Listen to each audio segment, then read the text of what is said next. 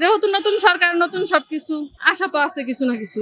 বিশেষ করে যারা কৃষক এবং প্রত্যন্ত অঞ্চলে যারা বসবাস করে এদের দ্বারা কোনো ফায়দা হবে না।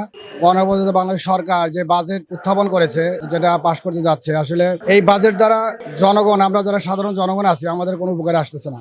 বিশেষ করে যারা কৃষক এবং প্রত্যন্ত অঞ্চলে যারা বসবাস করে এদের দ্বারা কোনো ফায়দা হবে না। এরা অত্যাধিক আরো সামনের জিন্দিগিগুলা, সামনের জীবনকাল অনেক কষ্টে কাটাবে এবং তারা অত্যাধিক ট্যাক্স ভ্যাট এটা অত্যাধিক বেড়ে যাবে, মানুষের ক্রয় ক্ষমতার বাইরে চলে যাবে। আমি মনে করি যে এই বাজেটের দ্বারা আমাদের সাধারণ জনগণ উপকার হবে না। যারা সরকারে আছে এবং যারা বড় বড় পদে আছে, আশা করি তারাই মনে হয় যে এই ভোগটা পাবে।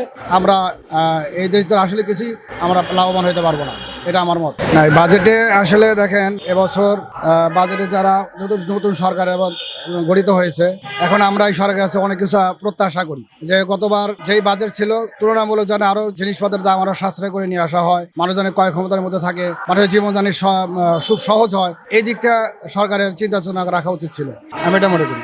বর্তমানে যেরকম সবকিছুর দাম ঊর্ধ্বগতিতে, কোনো কিছুর দাম কম না। চাল থেকে শুরু করে একদম জুতা পর্যন্ত সবকিছুর দামই আল্লাহর রহমতে আকাশ ছোঁয়া। একটু পরে আগাইলে মনে হয় আল্লাহর চিনতে পারবো এরকম দাম। আমার মনে হয় না এই বাজেটেও কিছু হইব। দাম কমা উচিত আর জনগণের ভোগান্তিও কমা উচিত। যেহেতু নতুন সরকার, নতুন সবকিছু, আশা তো আছে কিছু না কিছু।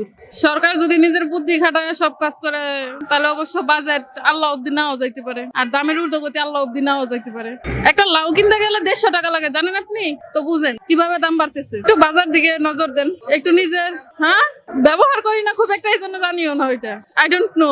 আমি শুধু জানি সবজির দাম তুমুল হারে বাড়ছে, তেলের দাম বাড়ছে, জুতার দাম বেড়ে গেছে অনেক।